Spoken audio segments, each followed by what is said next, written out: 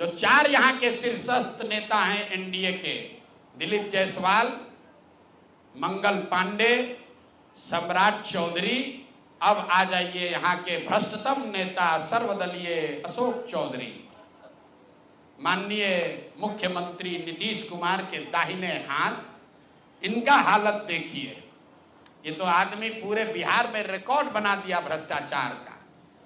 हम लोग अभी तक सुनते आए हैं कि लालू जी बेनामी प्रॉपर्टी खरीदते थे, अब इनका देखिए बेनामी प्रॉपर्टी का हालत।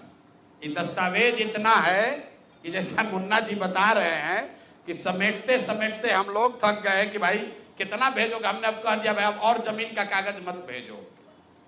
भाई साहब के एक पीए हैं, पीए थे दत्त साहब, योगेंद्र दत्त, नाम याद रखिए। अशोक चौधरी के पीए योगेंद्र दत्त 2019 में, जरा कागज निकालिए, 2019 में अशोक चौधरी जी ने 34 लाख रुपया में योगेंद्र दत्त के नाम पर विक्रम में 1 एकड़ जमीन, करीब करीब 1 एकड़ जमीन, 0.7 एकड़, 23 कट्ठा जमीन इन्होंने खरीदा। 76 डिसमिल जमीन है जो 23-23 कट्ठा होता है, करीब करीब 0.7 एकड़। विक्रम में 34 लाख में जमीन खरीदा गया योगेंद्र दत्त के नाम पर, जो उस समय अशोक चौधरी के पीए थे। अब सुनिए इसमें कहानी। 2 बरस के बाद दत्त साहब ने वो जमीन ट्रांसफर रजिस्ट्री कर दिया अशोक चौधरी के बेटी और अभी के सांसद शांभवी चौधरी के नाम पर 34 लाख रुपया में। इसका डीड है, ये डीड आपको जारी करेंगे, आप देख लीजिएगा। अब इसमें नई बात, अच्छी बात क्या है, नई बात क्या है, 34 लाख रुपया में जो दत्त साहब ने जमीन खरीदी थी और यहां रजिस्ट्रार ऑफिस में लिखा गया 34 लाख रुपए में दत्त बेच रहे हैं जमीन शांभवी चौधरी को, और एक दत्त साहब को पैसा कितना गया बैंक से, 10 लाख रुपया। वो बैंक का अकाउंट डिटेल है, जरा दीजिए, तारीख आपको बता देते हैं कि 2 साल के बाद जो जमीन अशोक चौधरी ने अपने पीए के नाम पर खरीदी थी, वही जमीन वापस 2 बरस के बाद अपने बेटी के नाम पर लिखवा लिया, और 34 लाख के रुपए के जमीन के एवज में अशोक चौधरी ने दत्त साहब को 10 लाख रुपया बैंक से भेजा। यहां तक भी बात ठीक है भाई, ये कह सकते हैं कि हम बाद में पैसा दिए होंगे।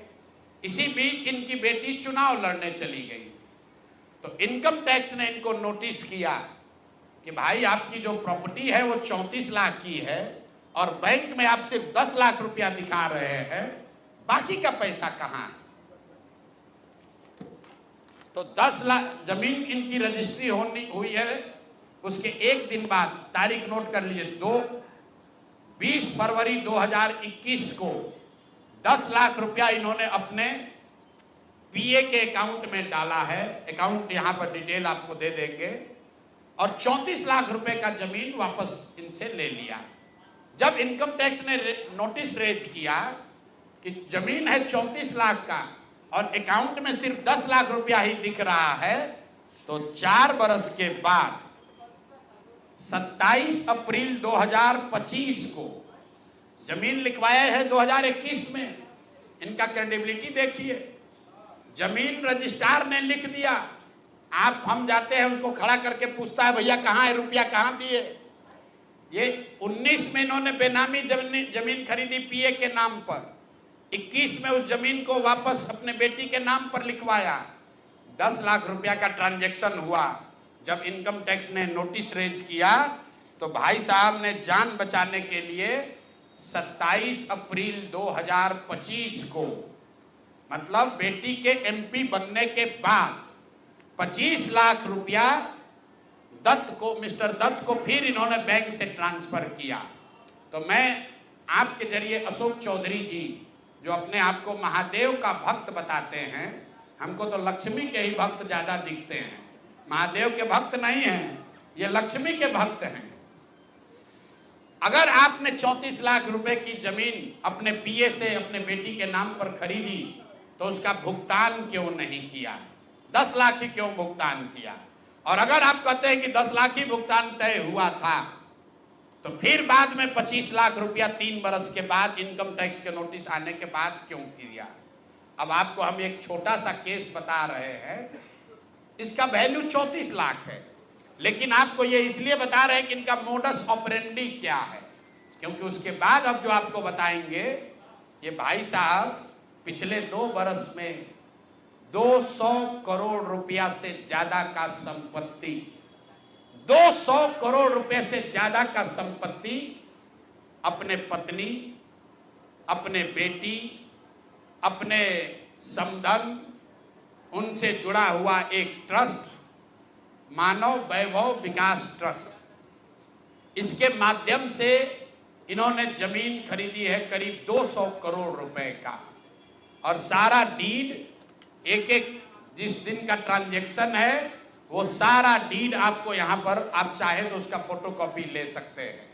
मैं एक बात क्लियर कर लूं, यहां जो मानव वैभव विकास ट्रस्ट है, हमारे पास उसके खिलाफ सबूत नहीं है। हम ये बता रहे हैं कि जब इनकी बेटी का एंगेजमेंट हुआ है, उसके बाद से अचानक से मानव विकास वैभव ट्रस्ट जो है, जो कुणाल साहब के परिवार से जुड़ा हुआ ट्रस्ट है, और उसमें यहाँ के बड़े कुछ पदाधिकारी भी हैं, जियालाल आर्य बहुत ईमानदार व्यक्ति हैं, वो भी ट्रस्टी हैं।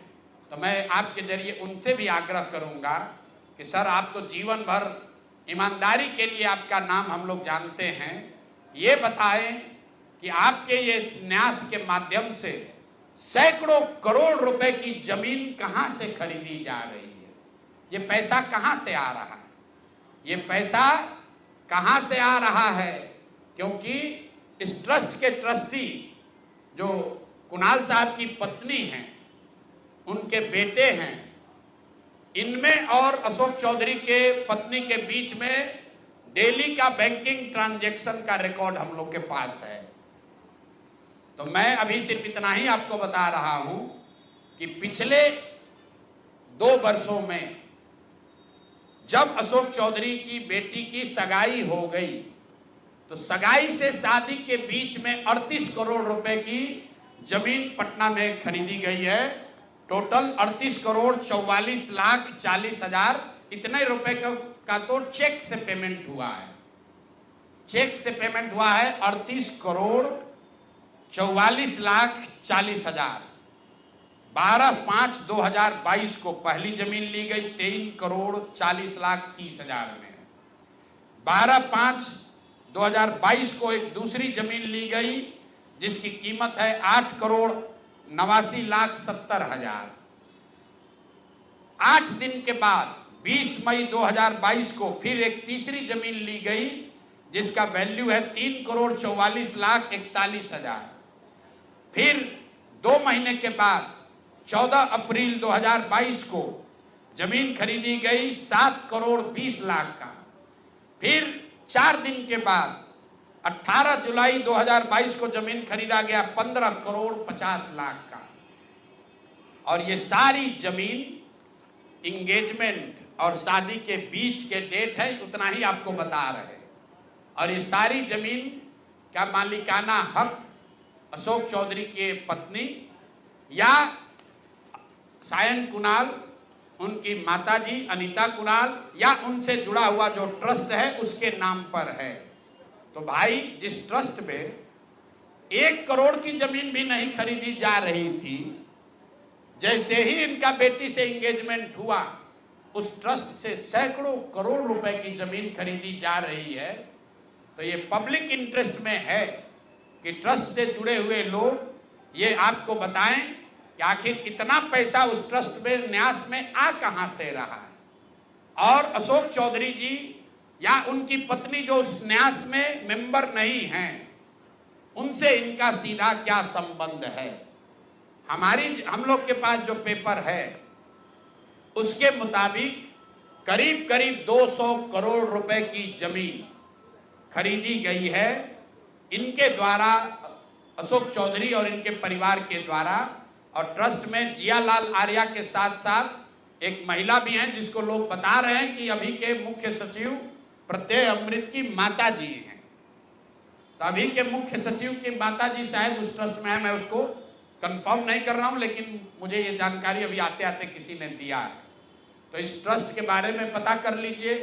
अशोक चौधरी को ये बताना चाहिए कि इस ट्रस्ट से उनका क्या लेना देना है, और अगर कुछ लेना देना नहीं है तो इस ट्रस्ट की ट्रेजरर जो अनीता जी हैं, कुणाल साहब की पत्नी, उनके अकाउंट से इनके पत्नी के अकाउंट में इतना पैसा कैसे आ रहा है, ये बात अशोक चौधरी जी को बताना चाहिए।